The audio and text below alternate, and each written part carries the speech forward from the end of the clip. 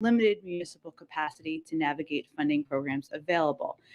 We've also published an accompanying data file that allows users to quickly sort programs funded under the law by fields like agency, amount, recipient, or program name to make it as easy as humanly possible. With that, Zeke.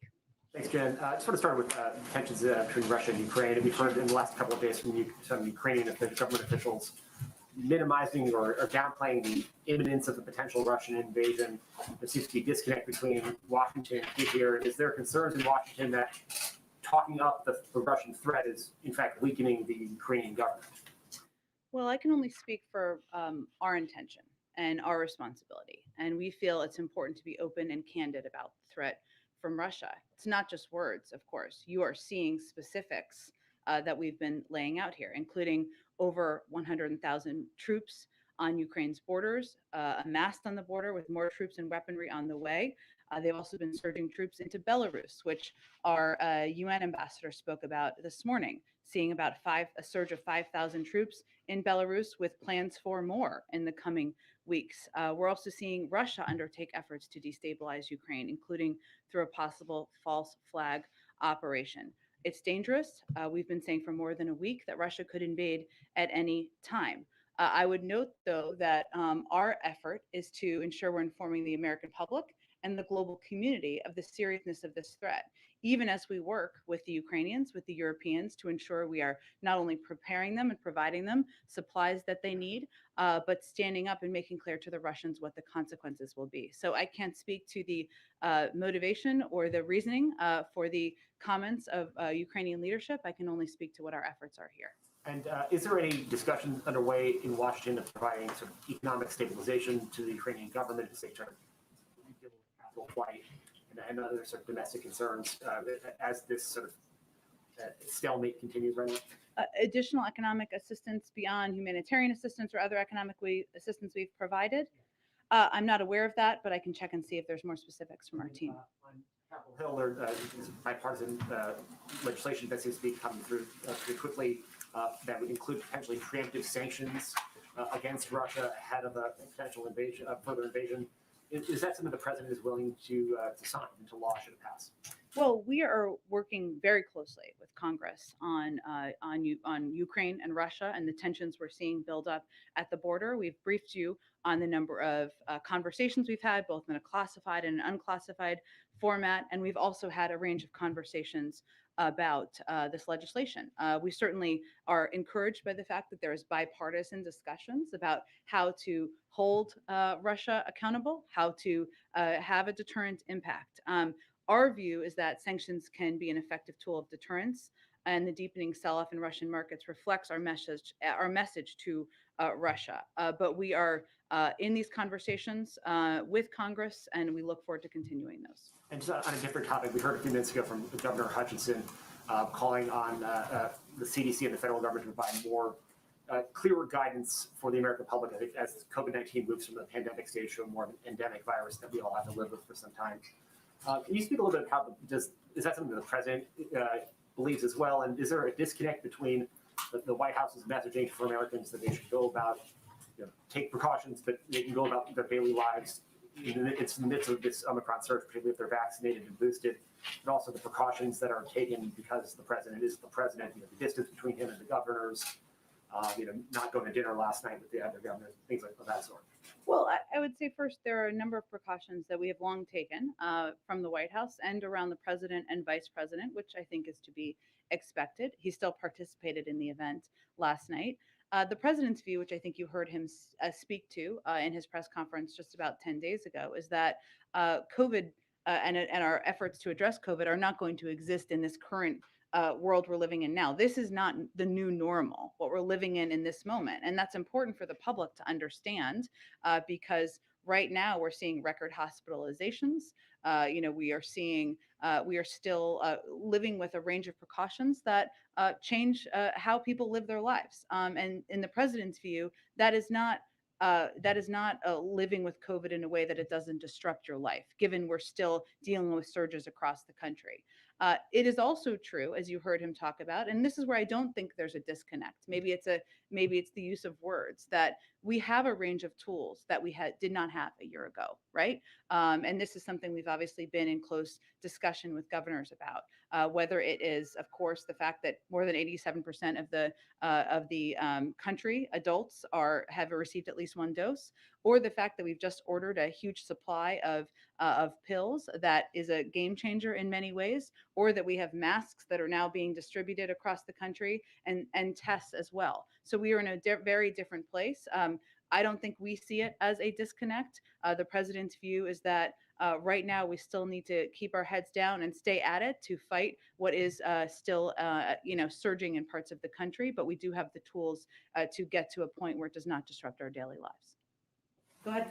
Can you give us any update on the president's search for a Supreme Court nominee? He mentioned he's going to be having in-person meetings here at the White House. Mm-hmm. Is that something that might begin this week? Yes, I can give you an update. So, as you have heard the president say, he will do his duty to select a justice not only with the Senate's consent, but with its advice.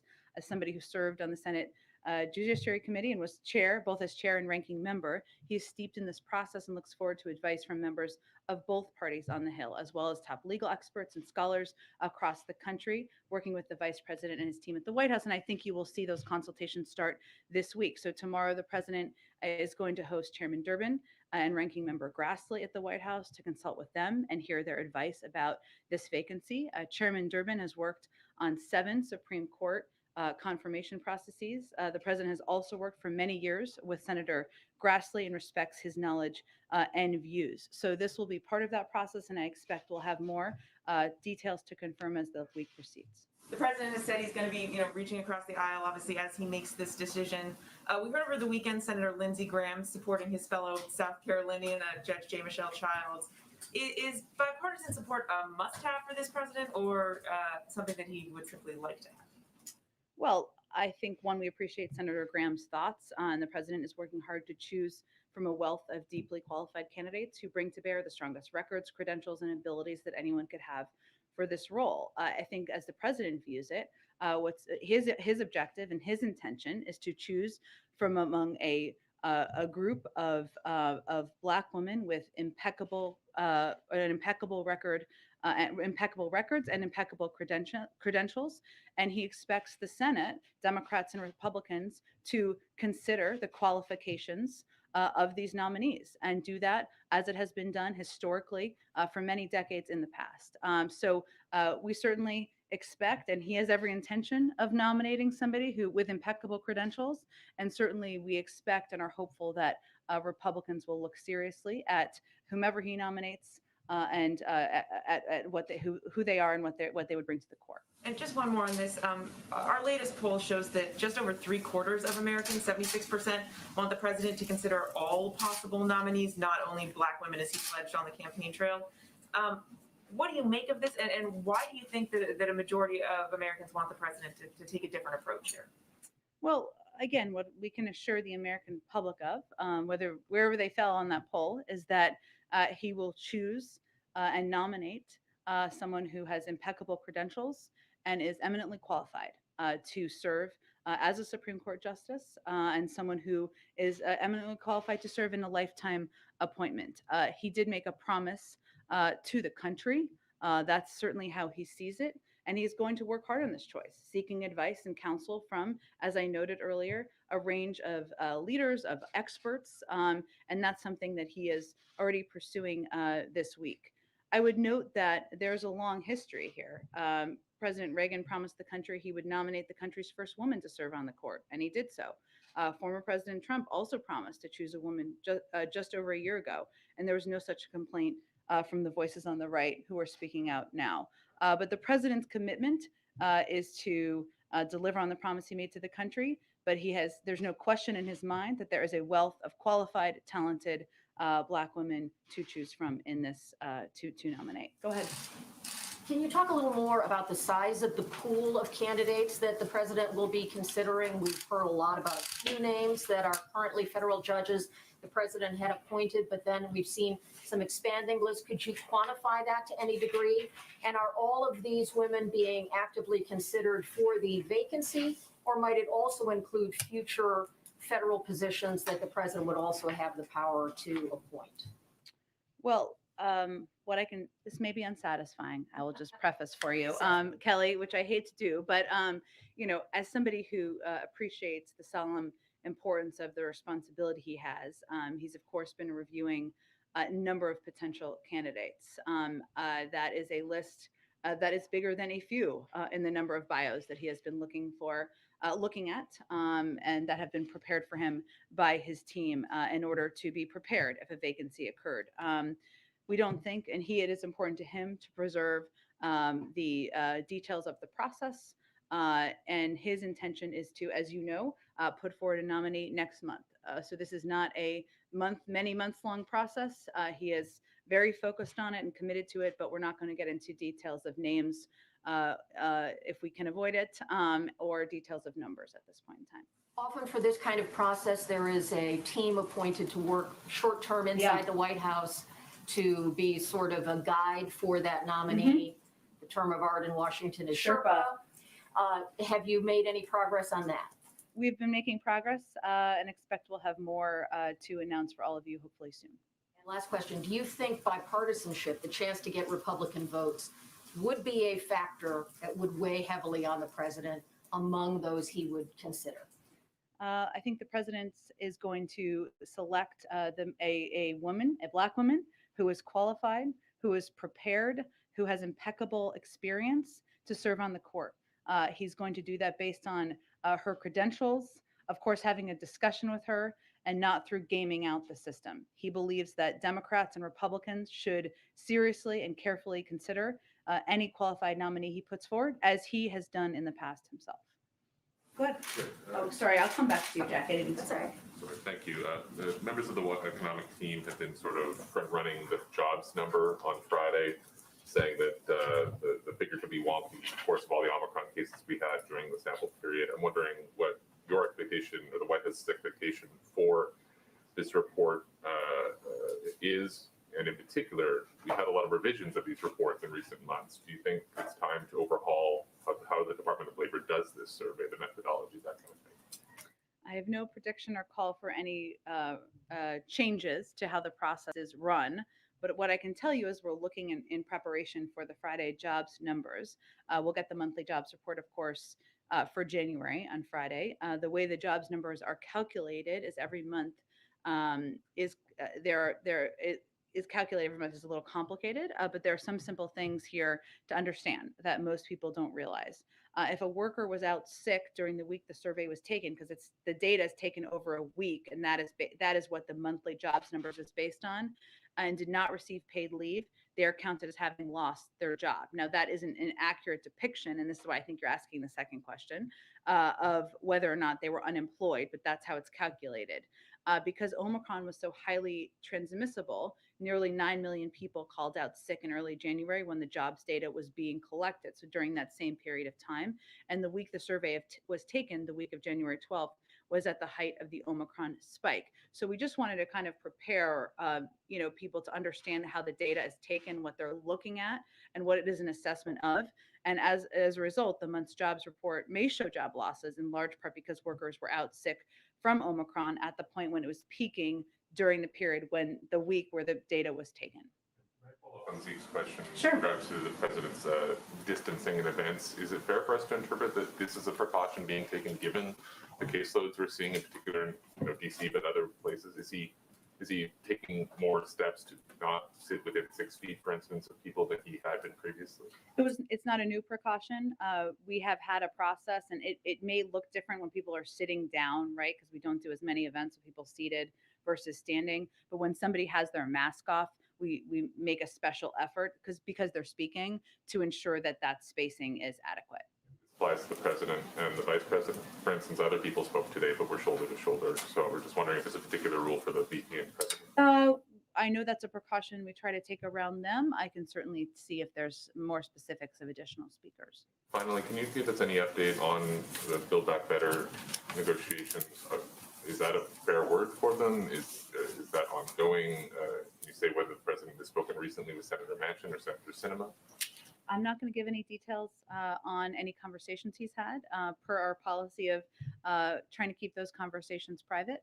I will say that is still a great deal of interest, passion, I might say, and advocacy on the Hill for moving forward with a Build Back Better agenda, because there's a recognition and understanding that it's long overdue for Congress to take steps to lower costs for childcare, lower costs for elder care, negotiate the price of prescription drugs, and ask higher income companies and Americans to pay more.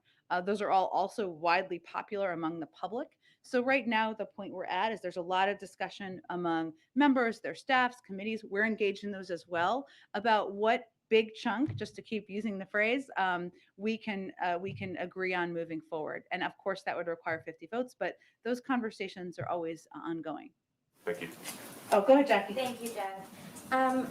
Real quick on crime first. Sure. I wanted to ask about, there was your appearance on Pod Save America. There was a discussion of Fox's crime coverage. And one line has prompted some criticism from people. It was soft on crime consequences. What even is that?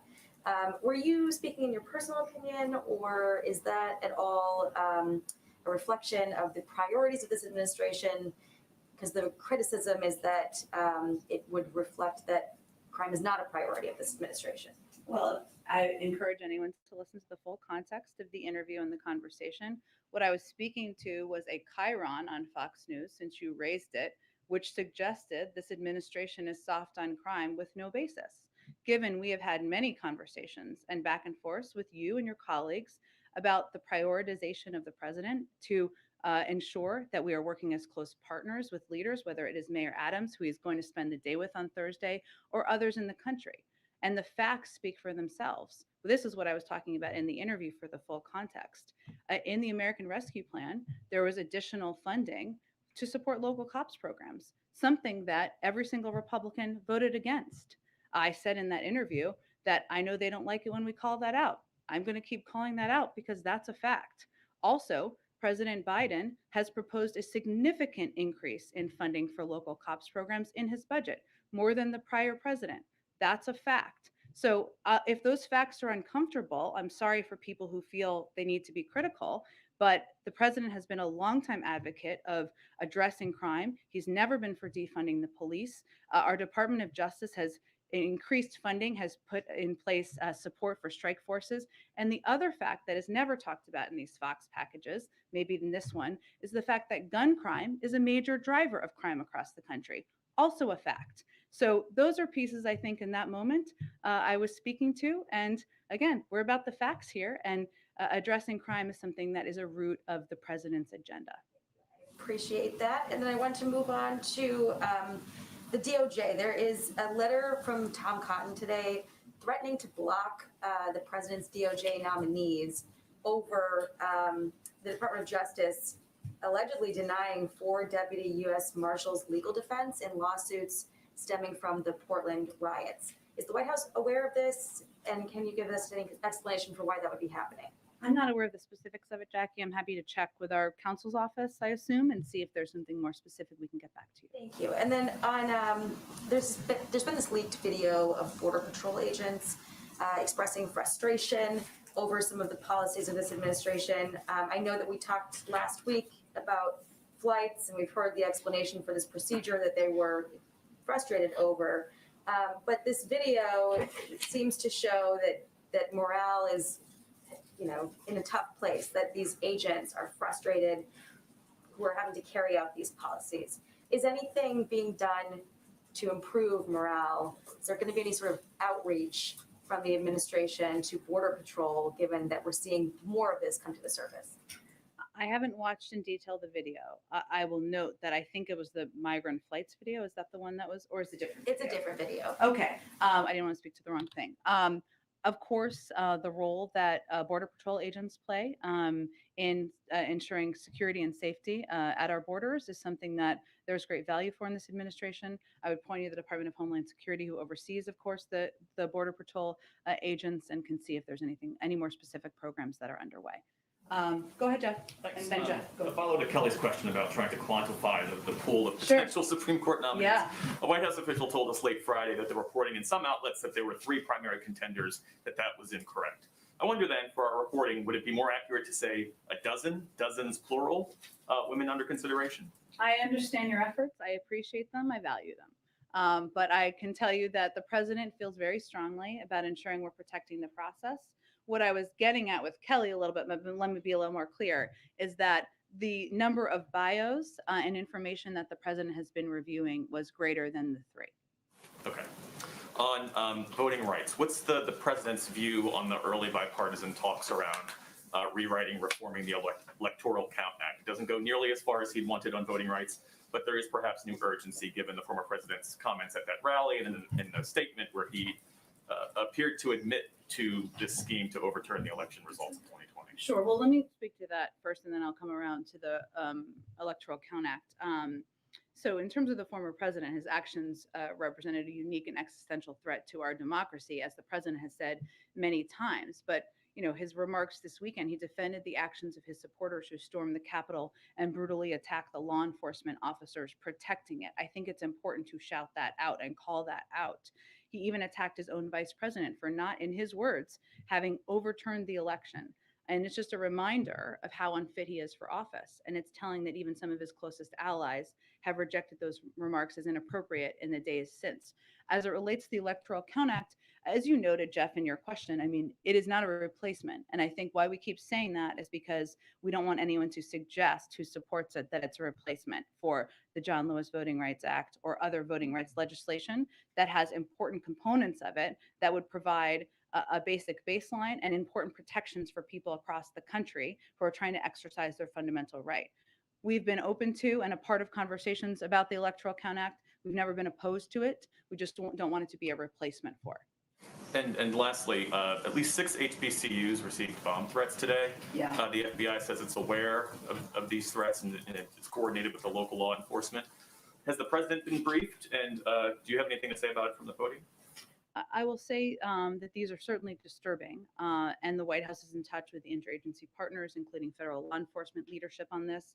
We're relieved to hear that Howard and Bethune-Cookman universities have been given the all clear and will continue to monitor these reports. The president is aware. I don't believe he's received a formal briefing, but he is aware of these reports. And obviously, as you noted, law enforcement authorities would be running point. Go ahead, Jeff. Thank you, Jen.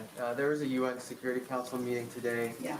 Russia's ambassador at that meeting said that the West's assertion that Russia has amassed 100,000 troops on the border has not been confirmed. And China at that meeting also said that it did not view Russia's troops as a threat to Ukraine.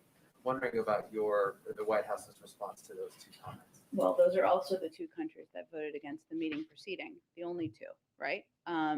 I would note that we have based the information we have provided to all of you on substantive reports out there, our own assessments, our own coordinated intelligence gathering with our partners on the ground. And those are assessments that are, as you know, Jeff, are also made by the Europeans. Now, again, Russia has the power. They are the aggressor here. They have the power and ability to de-escalate, to pull their troops back from the border, to not push more troops to Belarus, to take steps to de-escalate the situation on the ground. But we know, we see with our own eyes. You have heard members of our defense team, our Secretary of Defense, as well as General Milley speak to this in very specific detail, as well as our UN ambassador this morning. It is not our preference to be having these conversations. We'd prefer there to be a de-escalatory actions by the Russians. China. And look, I think that I can't speak for the motivation of the Chinese. They can speak for that themselves. Obviously, we would encourage any country in the world to be part of an effort to de-escalate, to protect and respect the sovereignty of Ukraine, and to make clear that a global value is not allowing one country to invade and take land from another. Do you have any more details on your plan to impose sanctions on on the Kremlin's inner circle? Let me see, Jeff. I know there were some reports about that over the weekend. That has been, as it was back in 2014, as I think you probably remember, a part of what we have been considering, I can confirm we have developed specific sanctions packages for both Russian elites and their family members if Russia further invades Ukraine. These efforts are being pursued in coordination with allies and partners. The individuals we've identified are in or near the inner circle of the Kremlin and play a role in government decision making, or at a minimum, complicit in the Kremlin's destabilizing behavior. Many of these individuals are particularly vulnerable targets because of their deepened financial ties with the West, meaning they would be hurt by sanctions that are tying them to Western financial systems. I would also note that this is just one piece of our effort to hit Russia from all angles. And this is when Jake Sullivan came here several weeks ago and talked about how this will be far above and beyond what we're considering 2014. A lot of what we did in 2014 was around individuals, right? And we're talking about major parts of the financial system. But there is a package. We have developed specific sanctions packages for both Russian elites and their family members. Go ahead. Thank you, Jen. Zooming out a bit on Ukraine Okay. more, does the president consider as a risk that the different simultaneous things going on right now? You've got North Korea upping its missile game. You've got the Taiwan Strait probably has never been more tense than it is now, and of course Ukraine. Does he fear that there's any link between these things? Not in some kind of coordinated master plan, but that at least one of those, each place is watching the other and will take its cues.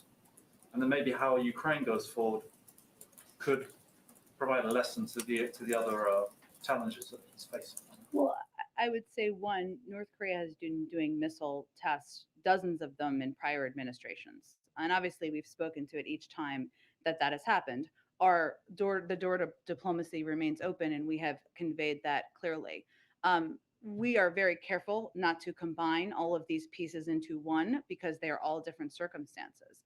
There is also, if I flip it a little bit, I would say a clear value that we need to stand by, which is the belief of the United States and our NATO partners and other countries, of course, around the world, that you can't just stand by and accept one country trying to invade and take land from another country. And this is also about protecting the sovereignty of a country. And that is a value that's important to stand by as well. So as we are, as the president and other members of our national security team are conveying that very clearly, privately and publicly, that's also sending a message to other countries around the world. If you look at what President Putin's stated objectives are, or his spokespeople, I guess I should say, he wants to divide the West. He wants to divide NATO. The opposite is happening. There's been more than 200 engagements with NATO countries. We are united, fiercely united, and standing up to what we see as aggressive behavior, bellicose rhetoric, even as we're leaving the door to diplomacy open. One on the Olympics. Does the president have a stand on this debate of whether athletes should be able to express political or human rights or anything non-sporting views at the Olympics? I know the Olympics has got some rules, but the Chinese came out today with some pretty tough statements warning people not to step out of line. What would the president's reaction be if an American athlete gets up on that stand and does something? I think we spoke to this last summer and conveyed a support for freedom of speech of individuals. Go ahead. Just today, we've heard Russian diplomats say, hysteria, PR stunt, megaphone diplomacy to describe how the U.S. has been talking about what's going on there. You've also, diplomacy is still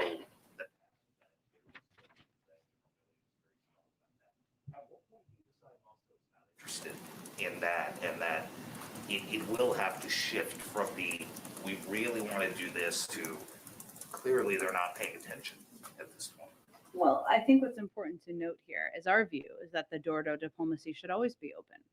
And that is what the president, our Secretary of State, our Secretary of Defense have been conveying. I think the State Department confirmed this morning that our Secretary of State will be talking with Foreign Minister Lavrov, I believe tomorrow. That would be a next step in our diplomatic efforts and engagements here. But I think we've also been very prioritized and focused on, and you saw our UN ambassador do this at the session this morning, calling out what we see as misinformation and propaganda at times by Russian leaders and others, because it's important for people to know and understand what the facts are.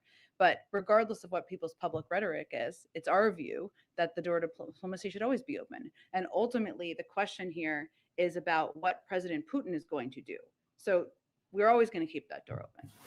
And back to SCOTUS, just to try one more time. Go ahead. With Judge Childs, you had, within 2 hours of the event here with Justice Breyer and the president, you had Congressman Clyburn, obviously a very close ally, come out and very publicly push for Childs. And then, as mentioned earlier, you had Senator Graham do that.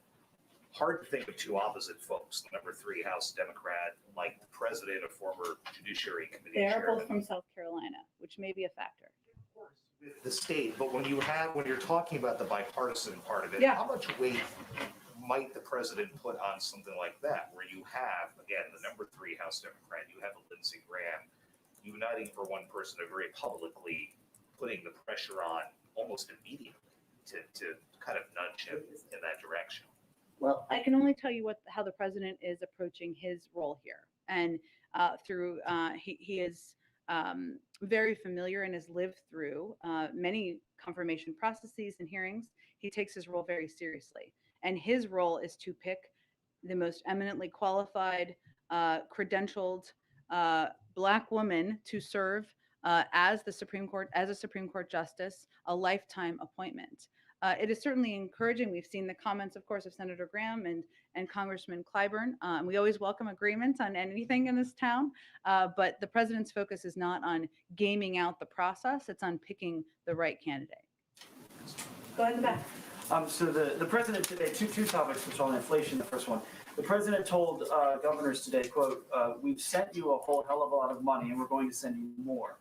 The Fed chairman last week, though, said that a drop in fiscal spending this year will help ease inflation. So again, what's the level of concern for the president that more spending would contribute to inflation? Well, there is still going to be a massive drop this year because of the end of a number of programs. So that doesn't change what the president conveyed. I didn't see the totality of it, so I don't know what the full context of it. There are still, of course, programs and requests that these governors have, whether it is help on COVID or help with specific small businesses. And there is still some targeted assistance that leaders still want, they need, and we are delivering from the federal government. But that doesn't change. If you look at the overarching graph of like how much federal assistance is going, it's a natural drop because of the end of a lot of programs. So on the Federal Reserve nominees, the Federal Reserve maintains its independence. One of the picks, Sarah Bloom Raskin, is the wife of Representative Jamie Raskin, as you know. It's been a while since I had the seat, so I get to ask about the Federal Reserve now. He was an impeachment manager in the impeachment trial of a Republican president. So does the president believe she can keep that independence from the Fed? Well, I would also I think she can stand on her own qualifications, not just because she's a woman, but because she's done a lot in her career. She has been said by many to be the most qualified person to be nominated to this role, which I think is probably more important than who she's married to, I would argue. She brings unprecedented experience to this role and the support of economic experts across the spectrum, including from the top economic advisor to former President Bush. She believes, and she has said she believes firmly in the independent role of the Federal Reserve and will work in concert with Chair Powell and her colleagues to identify and mitigate a range of risks. She is also, somebody who, again, as I mentioned, has a wealth of experience that she would be leaning into in this role. The U.S. Chamber of Commerce sent a letter to committee members there calling into question her activism related to regulations on where banks could lend or should be able to limit lending into certain industries, specifically coal. Well, let me note what a couple of others have said. The community banker and former Fed Governor Betsy Duke, the characterization of Sarah Bloom Raskin as someone who will use the powers of the Fed for political purposes is simply false. I saw every day her commitment to the Fed's dual mandate. Former Bush CEA Chair Glenn Hubbard, Raskin brings a wealth of experience to a Fed role. Former Independent Community Bankers of America President and CEO Cam Fine, an outstanding group of nominees. I hope the Senate will confirm them as soon as possible. And I think just like any nominee, she should be judged by her qualifications. She will have a hearing coming up where I'm sure she will answer a range of questions.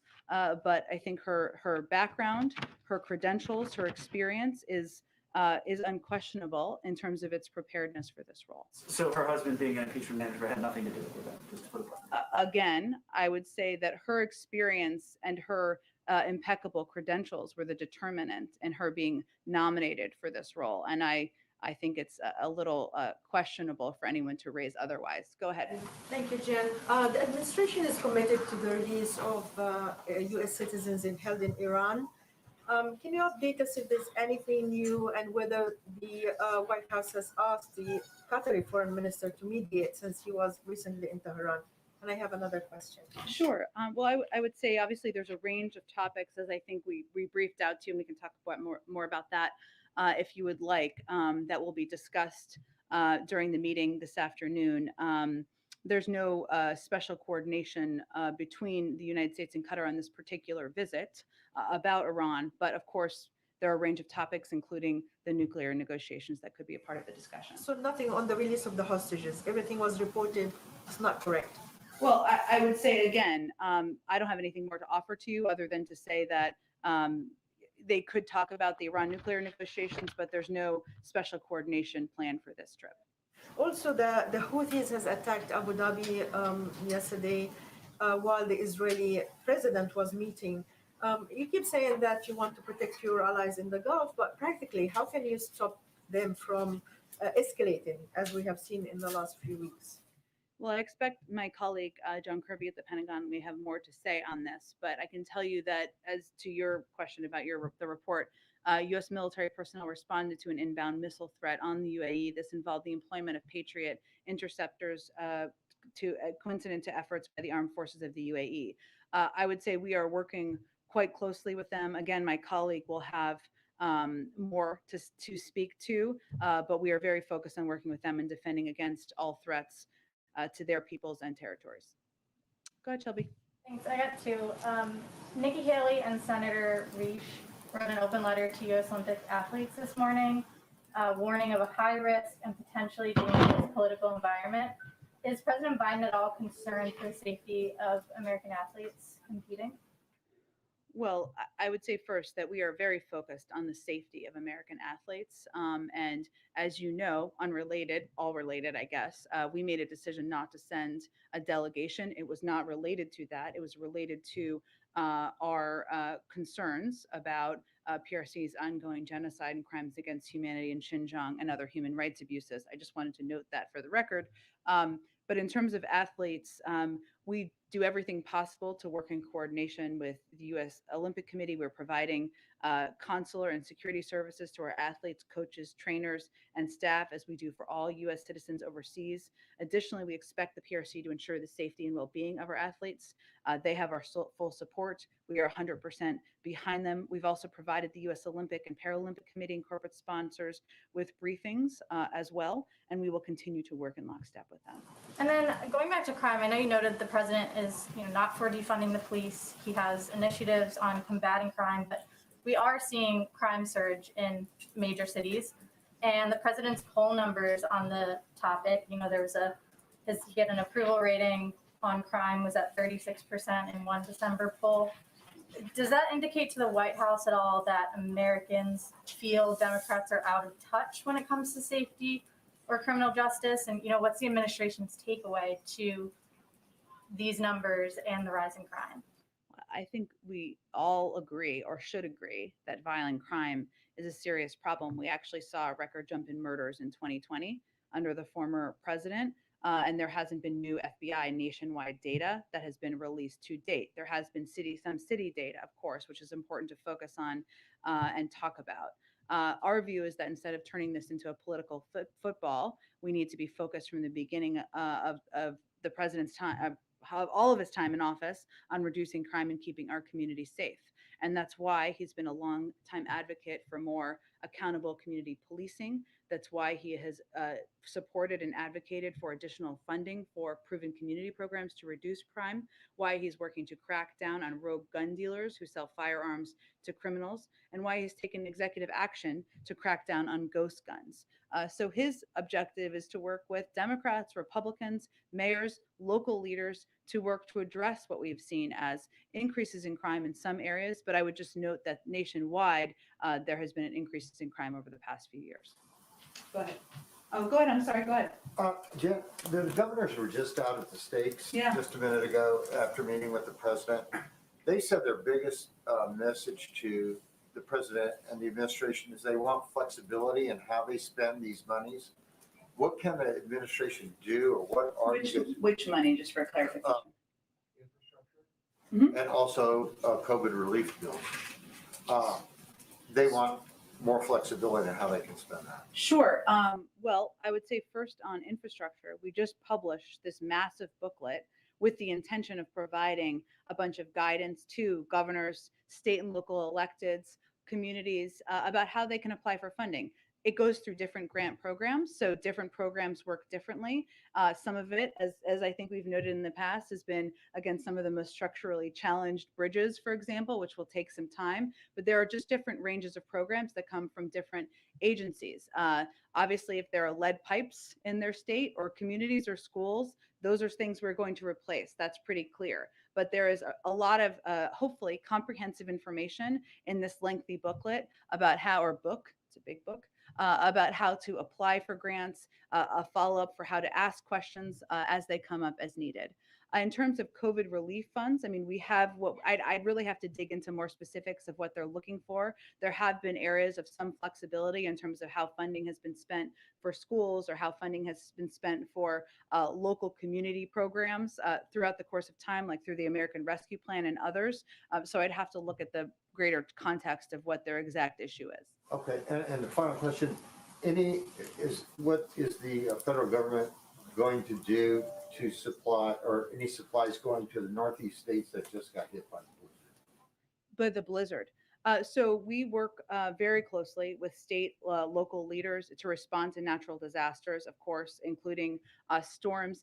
Typically, those requests need to come first from governors in the states. I can check with FEMA and see if there's any specific request that has come in or what needs that have arisen in the days since the storm. I mean, days, it's not been that many days, but you get what I'm saying. We'll see if we can get more details to you after the briefing. Go ahead. On infrastructure, on the topic of the Skybook, I actually just did a report in the state I cover, California. Yeah. And there were a ton of questions about just the state portion, the formula fund portion. Yeah. That the state already knows is going to get committed. So many questions about how that's supposed to go out. Yeah. How does the White House plan to sort of oversee all of that distribution and sort of make sure that the money is having its intended effect? Sure. You mean to avoid waste, fraud, and abuse, or to fraud and abuse, but given that states will have a lot of discretion on how these funds are spent, just in terms of the ultimate outcome being so close intended. Sure, through very close consultation. I mean, you saw the president have a meeting with his infrastructure task force on the day of his 1-year anniversary. That shows how important the implementation of this bill is to the president. The objective, that what we were trying to do with the publication of this book, is to provide clear criteria as a baseline, obviously to build questions off of and to have follow-ups. But I think from here, what the president always says when I'm in meetings with him, with Mitch Landrieu, is a big part of our jobs is, spending hours a day calling mayors, calling governors, seeing what questions come from local electeds. That's the role he played as vice president, and that's what his expectation is. So this big book is a base that will hopefully help answer a range of questions. But different programs are being implemented by different agencies, even as they're being coordinated by here. So it really depends on the program implementation to where those questions should be directed. And in terms of the American people, how do you intend to ensure that the average American ends up knowing what the impact of this bill was? Are you guys going to do signage the way we've sort of seen in the past with some of these big initiatives? I think there will be some branding around the infrastructure implementation that the American people should be able to see. And lastly, it's still up in the air, but in California, there's sort of a push to get a single payer health plan across the state. Is that something that you think the federal government could end up being able to interface with, and something that, if California were to proceed, you guys would welcome? In terms of interface, in what way? That if the state were to implement the sort of single payer plan that would work with everything else you guys have in the healthcare ecosystem. We would, of course, work to coordinate with any state, but I don't have any more details at this point in time. We'll wait to see what they do. Thanks, everyone.